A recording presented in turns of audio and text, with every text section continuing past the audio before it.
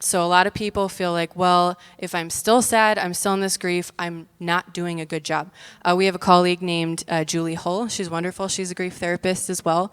And she says, so the word should, S-H-O-U-L-D, don't let others should on you, and don't should on yourself, because grief is such an individualized process.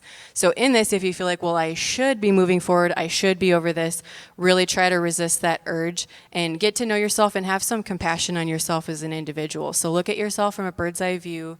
Recognize that the emotions are involuntary, but they are your responsibility, and your timeline is just as individual. So if you have a whole lifetime of other unresolved grief, and then you have COVID on top of it, you've got some healing left to do. The healing might surprise you. Obviously, the Lord can do amazing things, and He's very close. Like in Psalms 34, He draws close near to the brokenhearted and binds up their wounds.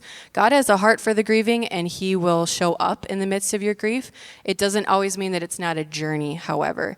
Also realize that as you're moving through grief, not everyone is going to be as accepting of your timeline as you are, or maybe you yourself are struggling with that timeline. Again, this is why it's so important to have counselors or mentors or people in the church community come alongside you so you can kind of come to terms to where you are. I'll end with this metaphor. Grief is like a box.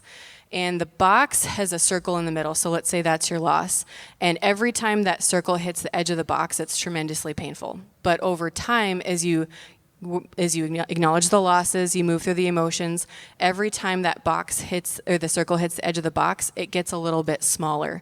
And then over time, you'll find that that circle, it's still there. Like if you've lost a family member, or like I said, those non-death losses, my marriage will never be what I think it's going to be. My children will never be able to bond with me in this capacity, or perhaps this job opportunity this was the plan, it's not ever going to be part of the plan. That pain and loss may still be there, but the circle will be much smaller and won't hit the edge of the box that much.